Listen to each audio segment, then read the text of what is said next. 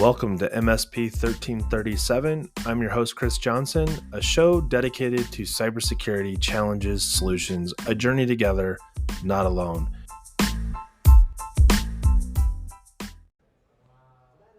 Welcome, everybody, to another episode of MSP 1337. I'm joined this week by Roddy B of ShureWeb. Still at ShureWeb? That's what the checks keep clearing. The checks keep clearing. Okay, so you're in the right spot. So it is ChannelCon week. It is Tuesday, which means yesterday was what they called the PreDay. Community Day. Community Day.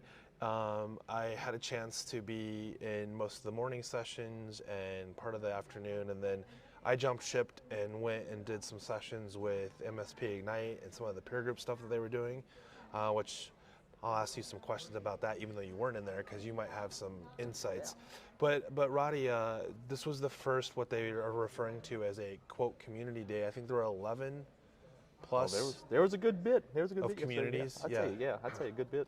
And then quite a few attendees, both from GTIA staff as well as, well, all different folk. Yeah, vendors. MSPs, ITSPs, CSPs, MSSPs. And MIPS. MIPS, yeah. I mean, what term do you want to use? I don't know, man. I'm getting kind of burnt on these terms because I think at some point we're just going to be like, and now we're on cloud adjacent. Yeah, it's like XDR, NDR, all the other, a lot of it's marketing terms sometimes. I even go sideways on that and think, like, is the language around things like XDR, MDR just another way of saying RMM? I mean, we know it's not, at least not when it started, but like we're now thinking about what the tools themselves do. There's a lot of overlap. Yeah, I mean, like if you look at the security space, the amount of tools out there, and like I can say that because I have one foot in the product team at ShureWeb. Like differentiating yourself is hard, so I get the terminology, but at the same time it's confusing. Sure. Like you want to differentiate yourself, and I get it. You want to stand out. You don't use the same terminology as your competitors, but at the same time it gets confusing for the end users, especially when we're talking about not the end users, but the MSPs, people consuming the product, because you have compliance you have to meet, and they use specific terms. It gets confusing. Like, so what's the difference between a managed SOC and an MDR product if they're providing you SOC-like services, right? Like, you start to blur the line sometimes a little bit, and like I can go, if we can cut this for an hour on me and marketing and security. Well, no, I was hoping we could do 2 to 3 hours. Well, so that's a great question, and then we'll talk about yesterday. But I think about I used to do a lot when I was in the school district. I did a lot of data, hanging cables, mounting TVs, and all the accessories, and it felt like my tool bag, the physical tool bag, just kept growing. And at one point I went, like, I even had an electrician's set of screwdrivers, because I'm like, I could by chance be installing a projector and hit something. I would rather not have that voltage flow through my body. 100%. So I could have carried around a complete set of electrician's screwdrivers, or I had a multi-tool that basically I just swapped out the bits on it. And I think it's very similar in describing some of the buzzwords around tools, is that in many cases we still want a dedicated tool. Yeah. So just because it can do 15 things doesn't mean 15 things are in my best interest. Yeah, and like that's the talk that I started giving, has been about like vendor risk, right? So like, what's the right size stack for you? Because again, you try to start managing 40, 50, 60 different products, and you have a problem. Now you also try to manage 2 products, and you have a problem because all your risk is in 2 baskets, and that's not fantastic either. But yeah, you're starting to see a lot of specialized tools out there, and I think it just depends on the maturity of the MSP. Like, what are they capable of handling with regards to like vendor risk management? But yeah, like, there's no easy solution. Like, I don't find that there's a silver bullet there. I would argue OK tools in a lot of cases are the best tool that they can put in. Yeah. And if you can't afford it, it's in many cases better than doing nothing. Look, I always tell people, like, I'm not a fan of putting all your eggs in one basket like a Microsoft solution. Sure. Right? But if that's your capabilities and that's all you can do, and that's for now, that's fine. Like, you got to meet people where they're at and what they're capable of, and there's no right or wrong answer, right? As long as you're following a methodology, as long as you're trying to grow, do better, as long as you're ready to show that your baby's ugly some days, like, it's okay. Like, that's part of growth. Same thing at our MSP. When we started, like I could tell you, the security program we first had was hot garbo by today's standards, but it got the job done, Right. and we matured. It took us a few years to mature. All of our tools were hot garbage. Remember we installed RMM tools so that it would tell us that it didn't patch, Yeah. not because it was good at patching. No. So yesterday there was session one after another. We started the morning off with Dan and MJ kind of sharing direction of GTIA. What were some of the highlights for you from yesterday? So that conversation about like technology and even federal regulation and state regulation, right? Like, I'm glad to hear it, because we do need someone talking for our industry, right? Like, I've always told people, you know, we don't want to stare down federal legislation, Sure. because like federal government moves slow, but it moves slow for a reason. Like, Sure. it makes a change. That ripple effect it takes a long time to fill it, and it's global. Right. Right? Like, it's impactful. So it does take a long time. Our industry moves quick. So we need somebody who can do both. Like, if we can have a trade association, like a bar association type, Yeah. that can regulate it, or at least show the government that we're doing something moving in Right. the right direction, that's important. That was fantastic for me. Just hearing all the stories on stage, right? There was a lot of human talks. Like, I love going to conferences and learning, like, the technical piece. Sure. Like, like this is a threat, and how, you know, we can help mitigate that threat or whatever. But it's also good to hear the human side of technology, because that's something that we've been promoting a lot of in the space. Is like, you can't just talk tech to people the whole time. And the way that we talk at a conference, and the way that people absorb that, is the way they then turn around and then pass that on to other people. So we have to change how we talk, the way we talk, the stories we tell. We have to keep the human piece in mind. We have to talk about empathy and vulnerability and all the other things too, Right. because like, you can't just spit tech at people. And I feel like yesterday was a good pretext to that conversation of it's time we have like those human to human conversations. Well, I would argue that most of those in government positions, it's kind of like our background in school districts. Yeah. You know, who's head of IT? Yesterday's PE teacher. Yeah. So what we're seeing, and surprisingly coming out of that meeting even yesterday, I met with somebody that's asking for me to come and meet with them in their country, to sit down with government to discuss how to move forward, because the actual challenges are the technology piece. So what we see the ebb and flow of in our world, the private side, is largely technology is moving at, you know, breathtaking speeds, right? And on the government side, they're like, well, yesterday we had a contract with fill in the blank vendor, and tomorrow we're gonna have a contract with a new one. But what's the underlying outcomes that we're trying to solve for? And a lot of them can't have those conversations because they don't understand, outside of a framework that they've been handed, said you must comply with this. Well, why? Well, because, you know, 100 people from 100 countries sat down and said, this is our interpretation of what security looks like. It's like, yes, but nothing in here do we have remotely the infrastructure to support that outcome. Yeah, and that's, I always go back to regulation versus like security. Sure. Like there's two different things. The analogy I always use to kind of put it in perspective is like, all right, you got a wolf and you got a domesticated pet, domesticated dog, right?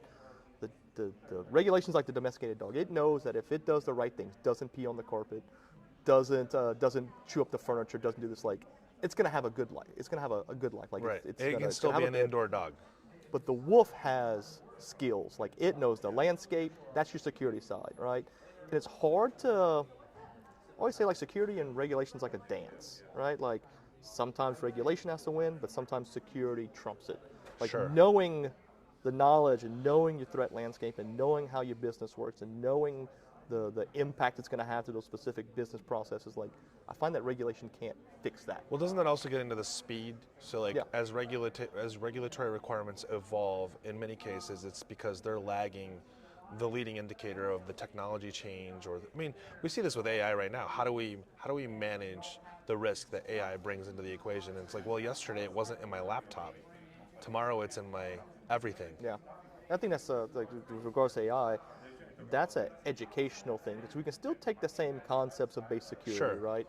Least privilege access, zero trust, conditional access. Like, you can still apply that to AI, but for some reason, every time a new technology comes out, cloud, Yeah. AI, whatever, We rewrite we the just whole go thing. like, new technology, you know, throw money at it, and we don't stop to say like we need to be like, I don't want to say fearful. We need to be cautious, right? Cautious and fearful is two different things. Fearful is an emotional reaction. Cautious is a logical approach. But you have to be able to say, like, what do we put in place? Like, what's our use case for this? Like, Sure. the rush to the cloud, where people threw everything into AWS, whatever, and then said, like, this is kind of expensive and it's not really giving us any benefits. And then they rolled all that back to on-prem or went hybrid or Yeah. whatever. Like, that's a case of hoping technology fixes your problems without knowing what your problem actually is. And we see a lot of that, right, where companies have said, we're not going to do cloud anymore because of this thing that happened. It wasn't to me, but it happened, and therefore I must change. Yeah. So going back to PreDay, there was, I mean, the sessions and the workshops, they were very much all over the place. There was no, like, you have to do this one thing in order for it to be of value to you. Like, Yeah. It wasn't like there was just one track. What's some of the other highlights that you had? Obviously, we captured the morning. Oh man, I really loved Matt and Jason Slagles and what's her Natalie name? Suarez. Natalie Suarez. Their approach to capture the flag. Sure. Like, a lot of times we look at it and we say it's daunting, even as someone like in the Yeah. tech space and security space. But I think they made it pretty easily accessible, which is huge. I love that. Like, you speak in plain English, you make the playing field, and you make the audience, you turn it into a safe space where, like, you can ask questions, Right. and you could be right or wrong, like, and their approach to it, I think, was fantastic. I love to see more of that, like taking those what we figure highly complex or highly technical games or education opportunities and saying, like, how can we translate that down to an audience? Because that's how you educate. You don't over paralyze them with acronyms and tech talk. Like, you make it to where they understand it. Well, that kind of goes back to what you said earlier about tools. I think we have a huge gap in what we implement because of what we've been told versus what we understand about what it actually does. Yeah, I think that's part of the problem is we don't understand the I call it the 4 pillars of a security program, which is people, process, policy, and technology. Right? We throw technology tools at every problem, but there's a whole bunch of other things that we can put in place. Like, there's better processes, and there's like the human side with people, like, are Yeah. you hiring, are you outsourcing, are you hiring around core values, are you hiring around soft skills, like that can solve part of your problems too. I mean, they all That's meld a together. maturity challenge, right? It's a maturity challenge. I saw Josh Hobing has a well, it was for his clients, but it shows the three circles in the Venn diagram, and a very immature organization has lots of tools all off in their own circle. Yeah. And as you mature, it's not necessarily that the tools themselves have to go away, but where they live moves more centrally towards where the human and that process procedure starts to come into play. What I found in the more companies I explore with that, it seems that less tools, the more mature the MSP is, in many cases, they end up with a whole lot less tools later on in their maturity cycle, because a lot of those tools that they were buying, they weren't even being implemented. Yeah, I mean, there was a lot of things that we had at our MSP that were vendors that we replaced with PowerShell scripts and other automation. Sure. And that's a whole other Is conversation. that AI? Let's just go with machine learning. Machine learning. I like that. So that brought us to, I think, around lunchtime. Yeah. After lunch, we came back and I did the AI session with really smart AI people. Yes. that made me feel really uncomfortable. But I had one really interesting takeaway, and I'd love to hear your takeaways. Mine was that even though we make it sound like AI has been here all this time and it's so amazing and it does all these things, that what I saw get highlight was that we're at the very beginning of doing anything real with AI. Buddy. Oh yeah, we're still AI still in its infancy. I mean, you go back to people just calling. I feel like bringing machine learning into it. I feel like every time we advance AI, then that becomes machine learning eats up that space it takes in, and AI just keeps iterating. Sure. But yeah, I mean, you can go as far as in depth as figuring out like AI bias. So like there was whole conversations at DEF CON last year around like how do we combat AI bias, and like how can we use previous examples of AI bias to help fix problems in AI. Like we think of it, humans are weird. We always think that we're at the pinnacle of society. Sure. Like throughout the history, it's like when the first plane and the Wright brothers flew their first plane, we thought this is it, guys. We've made it. And Right. 40 years later, we were putting people on the moon, and we're like, this is it.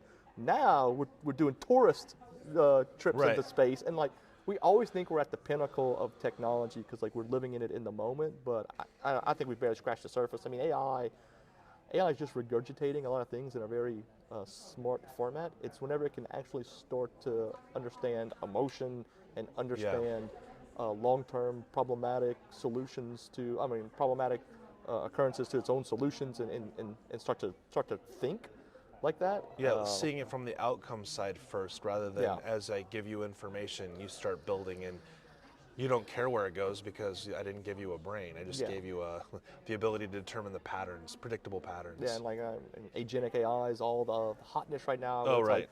like, all you're doing is creating a bunch of very oddly specific AI, I don't want to call them agents, but little AI people to go do your task. You basically just taking the problem and compounding it harder of how do we control data and everything in security. It's inside of it's AI. like creating a robot though in the digital space, right? Yeah. Like if you think about manufacturing, what robotics did there, those are not AI robotics. But if you think about it in the digital space, wow, it actually takes on a whole new meaning. Yeah. I don't. When I was on the MSP side, I didn't trust my clients to write Outlook rules, and I'm like, whenever I saw AI agents and went through the whole process and created a few, I was like, oh, this is dangerous. Yeah, Like, there's a product out there. I was trying to think what it's called that does Inbox Zero. It works with Outlook and a couple others, but you're essentially attaching an app through API to your 365 account. Oh, yeah. And I'm like, as I was kind of stepping through this, I'm like, huh. So third-party app helps me get to Inbox Zero.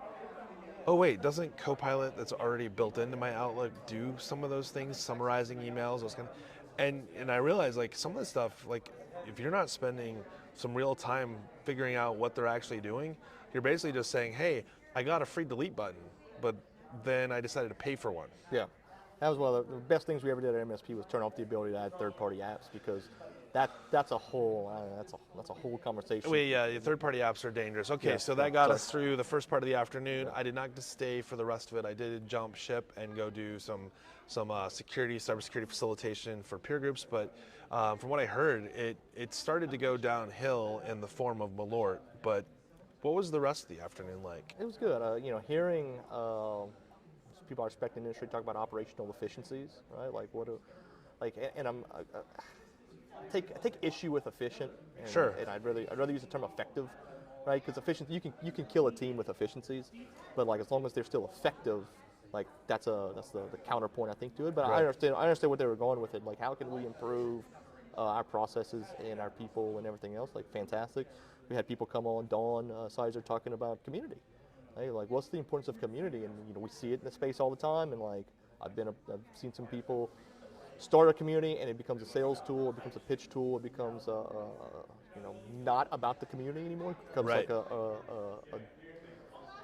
a line in an Excel spreadsheet that says whether or not we're making money on it or not. A community should be about the people in it and how do we make things better and like there's always the quantitative side of a community like growth and everything, but there's a qualitative side that I think we don't touch on enough. Like, are we doing good?